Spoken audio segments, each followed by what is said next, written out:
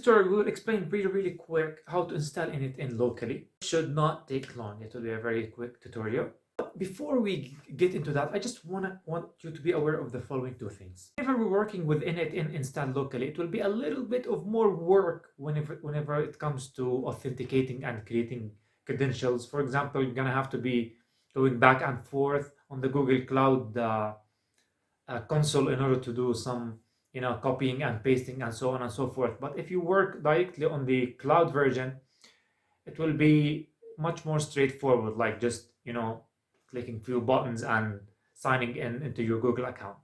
One more thing, if you're going to be using ngrok, like what we're going to do in this tutorial, for your HTTP requests, it's not going to be free forever. Okay, at one point you're going to have to pay, like, for example, $10 or something like that in order to use HTTP requests beyond a certain limit.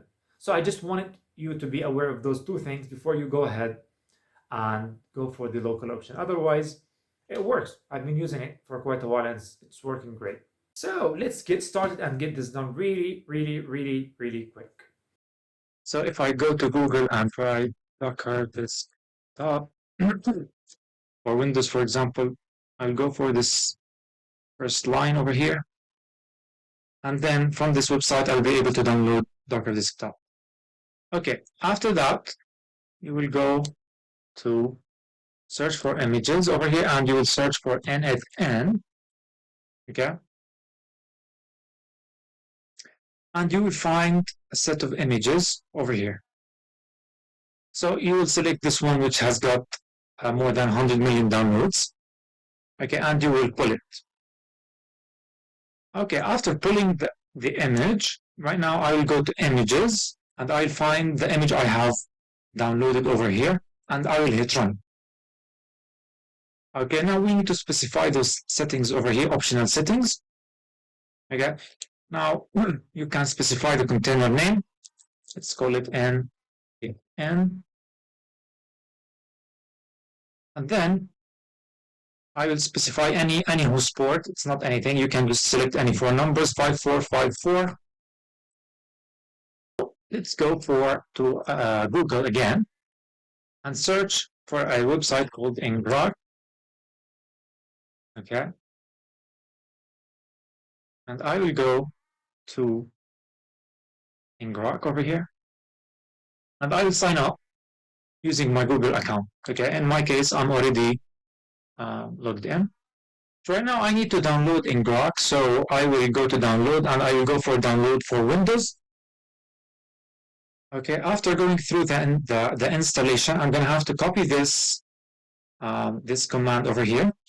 Okay, and I will go for the software that I have downloaded, ngrok. Okay,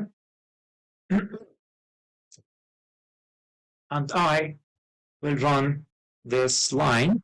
Okay, I'll copy and paste it, and I'll run it for authentication purposes. Okay, after that, I will save this URL. This is going to be my public URL. Okay, and it's permanent. So I will copy this one. So let's go back to Docker. All right, now for the host path, it's going to be where n8n will store the data. So you can go, for example, for the C. Okay, and you can create a folder here and call it n8n data, like this one over here. Okay, so I will get the URL of this one and paste it here. All right, for the container path, you will have to write this one. I'll leave it in the description. And then after that, we will add some environmental variables. I'll add this variable over here, n8n community package tool usage, and we will set it to true.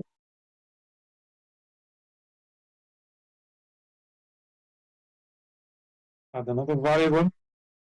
And we will also add another couple of variables in n8n editor base URL, which is going to be the ngrok link, which we will get. Okay, and we will also add another variable, which is the hook URL. For those two variables, we will get the ngrok link over here. In the latest version, it will be in this page over here. So we will copy this one. All right, so let's paste this one over here. Don't forget the HTTPS part, it's important. Okay.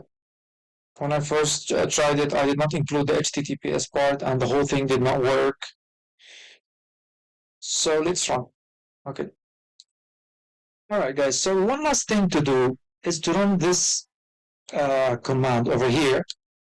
Okay, over here you will place whatever port or phone numbers you have selected, and over here you will place your ngrok link. So let's go ahead and grab ours over here. So you will get this part, okay, and copy it. I'll get back here. Come on.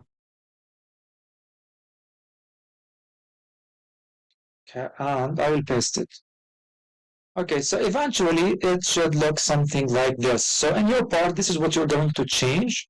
This link, which is your ngrok link, and the port which you have selected over here. So I'll copy this right now, and I will go to ngrok.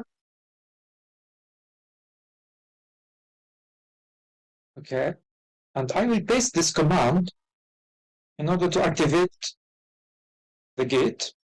Okay, and it will give me something like this. So I will hit Control and press on this link over here, and it will send me over here, which will confirm that the link is working. So remember that every time you restart your computer or you restart the container, you're gonna have, every time you restart your computer, you're gonna have to rerun this instruction in order for the gate to be activated. So probably, guys, you're gonna have a better way instead of doing it every single time. But for now, you're gonna have to run this instruction into the ngrok terminal every single time you restart your computer. Okay, so eventually, let's go ahead and run this instance or start this instance. Okay, so right now, since the container is already running, it will appear over here. I said only show running containers. If it's not running, you will find it within the deactivated containers over here. You're gonna have to hit play first. Okay, if it's already running, as in our case, you will hit this link in order to go to the local host website. Okay, in my case, I'm already logged in.